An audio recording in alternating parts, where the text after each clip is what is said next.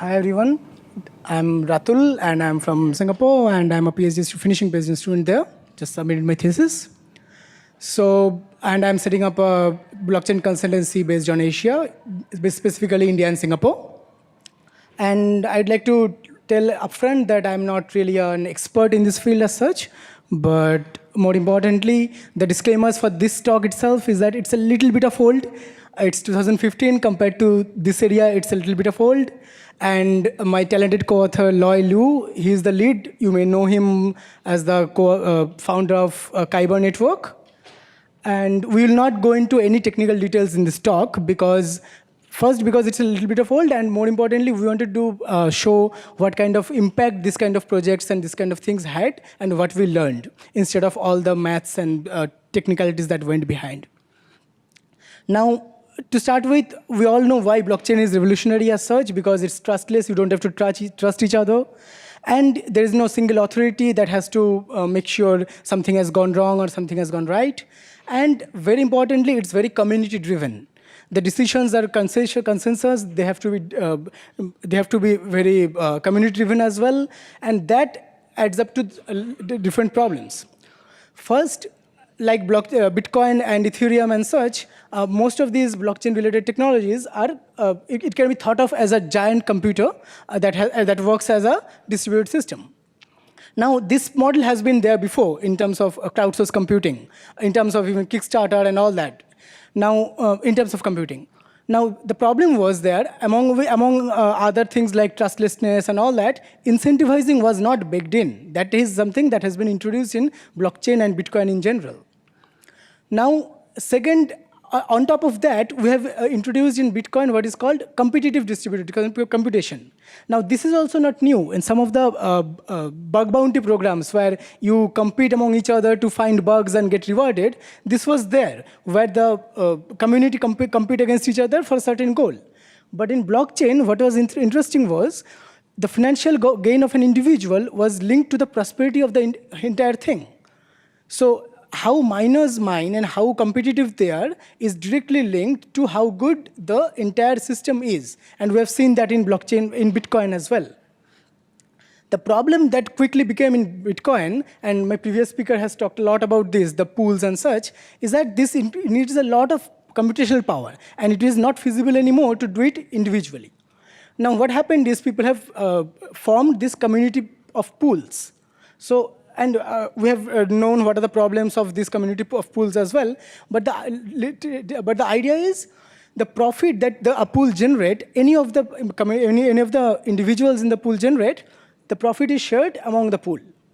Now, the trustlessness was already hard itself with the linearity issues and all that the previous speaker also have spoken.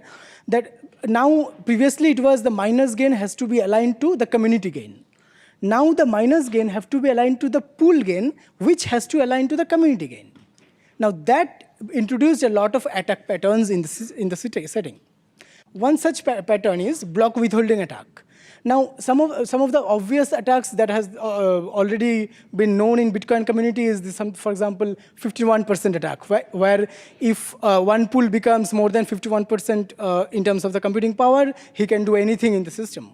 And you have already seen the latest pie chart of the hash rates of individual miners. Back then in 2015, it was Ghash, which has actually been more than 51%. There was a lot of issues on that.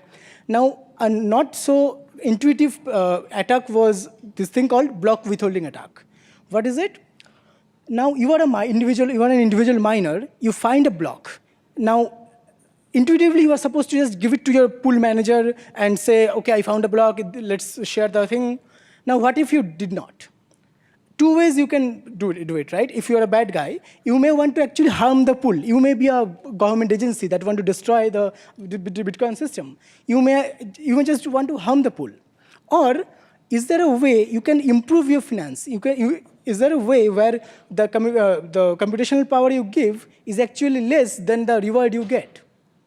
Now, with block withholding attack, we have studied all these patterns where the different type of scenarios can emerge. Now, first of all, this is so non-intuitive. Now, why does it work? It works because mining itself is a zero-sum game, right? If someone gains, someone else loses. If a pool gets a block, someone else doesn't get it in that 10 minutes. Now, also because of that, timing is very critically sensitive. Now, if you don't submit within a minute, if some other guy submits it, then your block becomes invalid. Now, and a very, very interesting point that came along with the anonymity of Bitcoins is that what happens if a miner is present in multiple pools? Now, nobody knows this is the same miner. Now, what if I want to harm one pool to gain in something other? Now, this introduced this thing called computational power splitting game that we have formalized in. The idea is you have a set of pools, and you are a single miner, but let's say you are powerful. Now, you divide your power into multiple pools, which means that you split your power into different pools and set it up as a game. Your end goal, in terms of game theory, is that you want to make sure the computational power you provide is less than the reward you get. Of course, along with that, can you simply, by doing that in process, because it is a zero-sum game, someone has to lose. Ideally, that will be the pools. Now, in this process, can you destroy a pool itself? Now, is there a stable strategy? Is there a threshold after which this is no longer valid? These are the type of questions that we have seen in that thing. Now, the entire point is this is the only slide with numbers and such. We are not going into alpha, beta, gammas. We are just talking about the results and the type of questions that we have seen and how we can apply these things in new age blockchain companies and new age blockchain technologies. So this is a very simple scenario where you have two pools. And in the honest scenario, you have the pool 1 has a power of 45%, pool 2 has a power of 55%. Now, pool 2 can itself do the 51% attack. Let's forget about that. Now, the idea is the attacker puts 5% of his power here and the 20% of his power here. We have shown with all the calculations and such that if he attacks the first pool, this is his gain in 4.67% there, which is less than what he was actually committing, and a little more than what he was committing in the pool 2. So in total, he actually gains. Now, this is, you would say this is a very simplistic scenario. There can never be this big pool and this big mining power and all that, which is true. And more importantly, there can be multiple scenarios as well. So what happens if everybody wants to do it?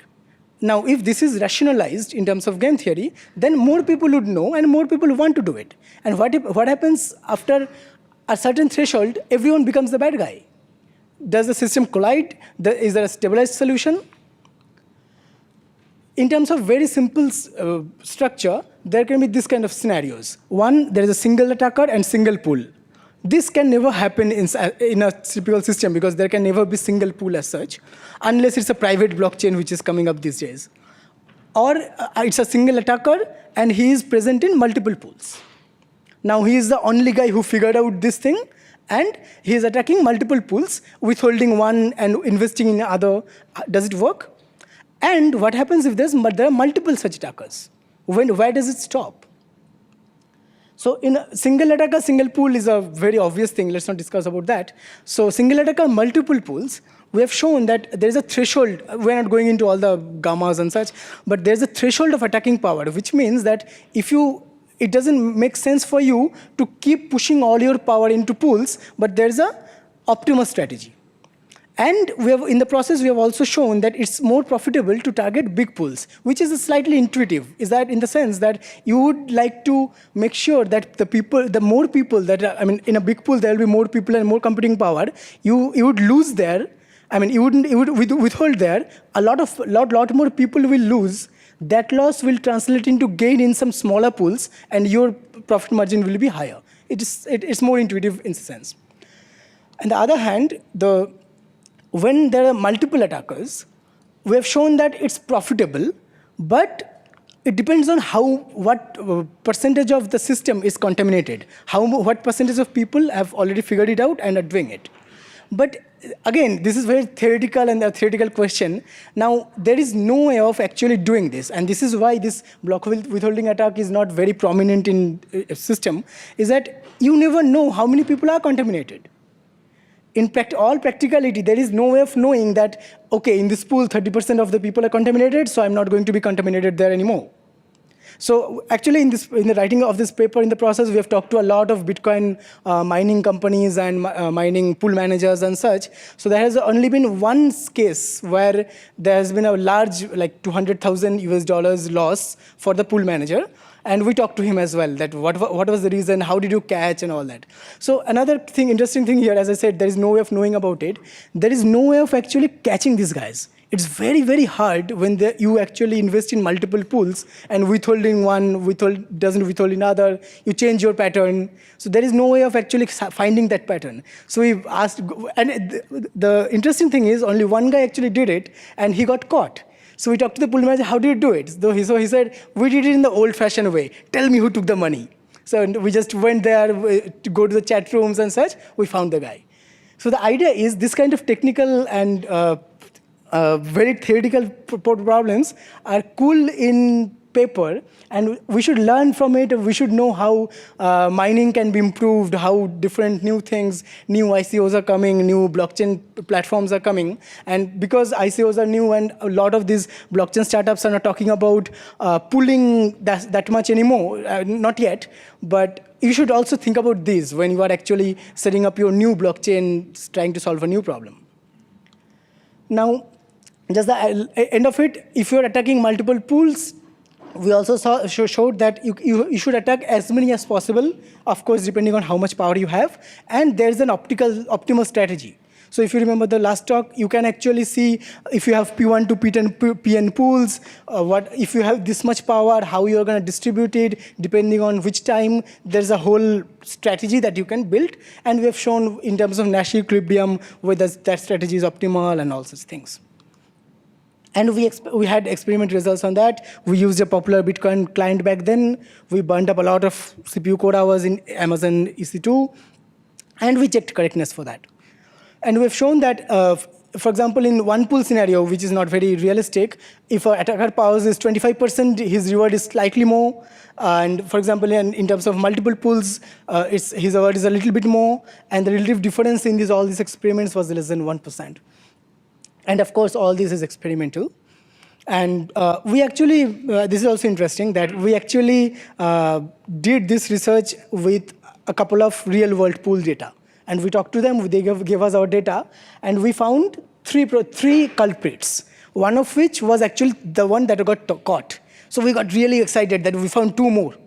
And we went back and said, see, there are two more guys that we found, just check if they're right guys. Then he said, no, I know these guys, one of them personally, he's definitely not a bad guy. So there's something wrong in our model. And there was something wrong in the model, which we got corrected. There's something called in hypothesis testing. If you're doing multiple hypothesis testing, you have to do some correctness. There's some statistics issues that we forgot.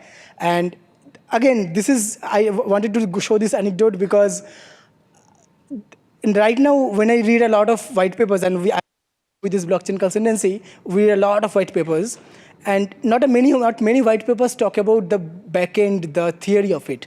They focus on what kind of applications that are going to do, what kind of problems you're going to solve. My point is, even in this kind of theoretical scenario, we found a very small error, which if we were the pool managers, right, we would have accused that guy, even though he was a good guy.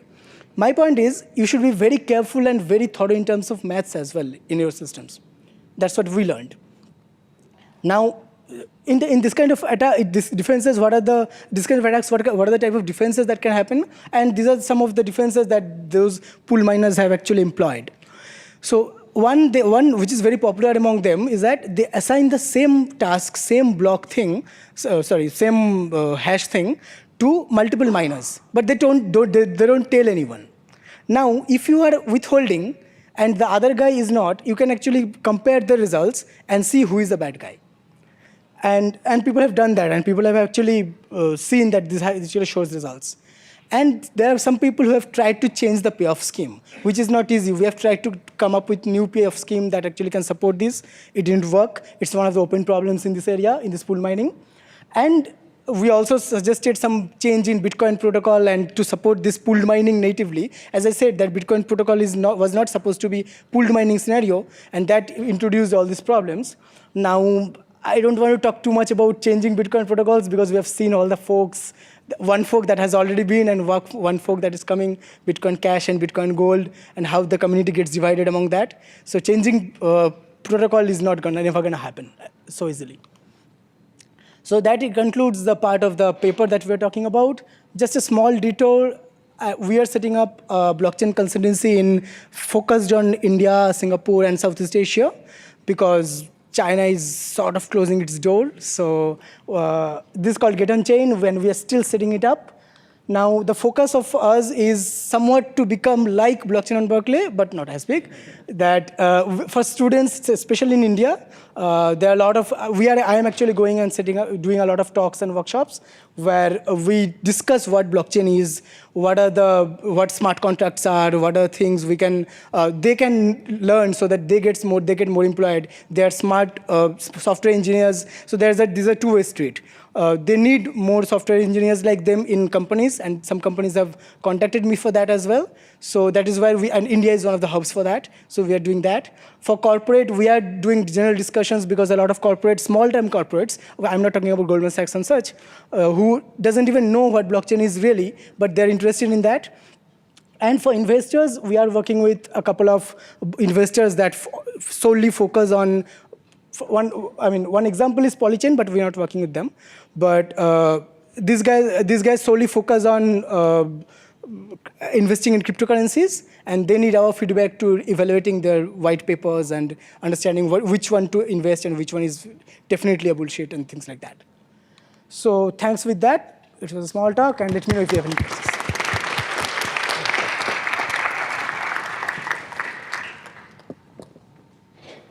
Hi. What is the regulatory environment for cryptocurrencies in Singapore and in India? Because we tried to do something there about 2-3 years ago, and they weren't very hospitable. So the other question is, what's the penalties for being caught? Right. First of all, it's not illegal in both the countries. Singapore government is actually actively supporting blockchain technology and blockchain research. I mean, back in 2013-14, they have started supporting and researchers and such in terms of grants and everything. That's one. In India, it's even much more welcome. So the idea is, in India, government is actually planning to regulate cryptocurrencies. And there's a rumor, I don't know how good that is, but media is talking about a new cryptocurrency like Estonia has proposed. India is considering right now a new cryptocurrency called Lakshmi, that's an Indian name, which is government-backed, and they will probably support protocol-level investing and protocol-level other platforms as well on top of it. So if you think in terms of Asia, India and Singapore is the most hospitable, most welcoming right now, even though they do not have any regulatory framework in place. But they will very soon. That is certain. Thank you for speech. I want to actually discuss more technical problem, and I actually want to disagree that this block withholding is a zero-sum game, because if you withhold a block, it will take 10 more minutes to create a new block. So it doesn't mean that other miner will create a block right now.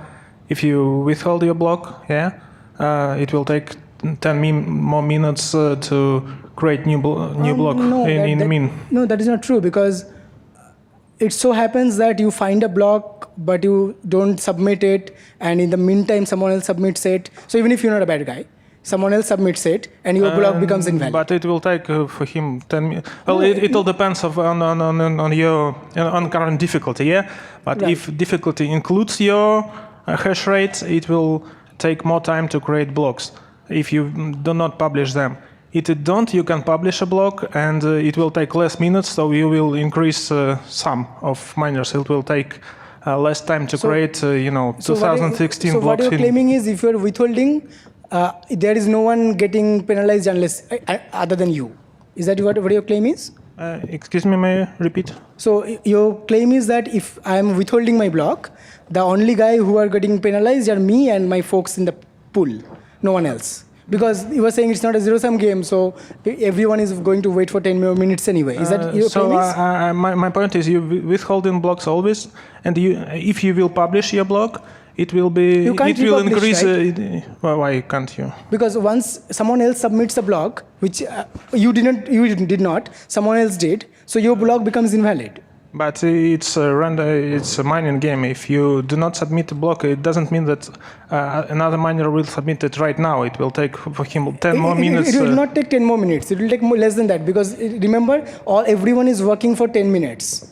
And when someone finds it, if some other guy, you don't do it, it doesn't mean that it will take 10 more minutes. So then it means that, I mean, if sufficient people are withholding blocks, then it will take forever to mine. And that is a sure shot sign that people are withholding. But that is not the case. Okay, thank you. So technically, that is not the case. Thank you.